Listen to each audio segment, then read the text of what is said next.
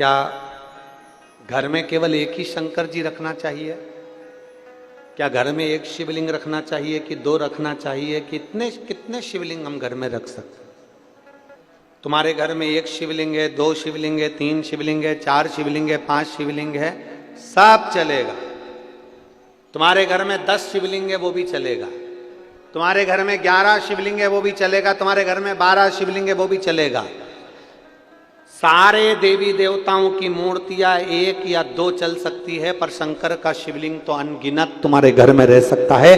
वो शंकर तुम्हारे घर में जितना है उसमें ये मत सोचना कि मेरे घर में एक है तो मैं एक ही रखूं, दो है। हाँ, ये भी जरूरी है कि ज्यादा बढ़ाने की जरूरत नहीं, जान करके मत बढ़ा। तुम्हारे घर में है, सास के समय का है, तुम कहीं गई थी, ले आई थी, रखा है, ठीक है, सेवा कर रहे हो, ठीक है। अब कई लोग कहते हैं गुरुजी अगर शंकर भगवान का शिवलिंग है तो उसका रोज पूजन जरूरी है। हम कहते हैं अगर मान लो कहीं जाना है, कहीं जाना है और घर में शिवलिंग है तो उस पर एक बेलपत्र चढ़ाकर तुम 10 दिन के लिए भी चले जाओगे ना, तो भी मेरा शंकर कभी तुम्हारे ऊपर रुष्ट नहीं होगा। मेरा शिवजी कभी नहीं कहेगा कि तूने मेरे ऊपर जल नहीं चढ़ाया। वो प्रसन्न की प्रसन्न ही रहेगा, वो प्रसन्न की प्रसन्न ही रहेगा। उसकी प्रसन्नता कम नहीं होगी, वो प्रसन्नता का भाव उसके अंदर रहेगा।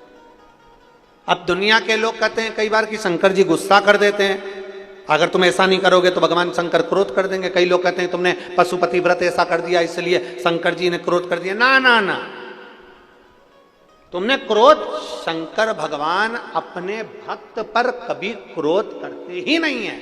जैसे घर का दादा अपने पोते पर कभी क्रोध नहीं करता, थोड़ा बहुत अगर चिल्ला भी देगा ना तो बाद में उसको गोदी में बिठाकर अपनी जेब में से 5 रुपए निकाल के टॉफी का दे ही देता है, वो दे ही देता।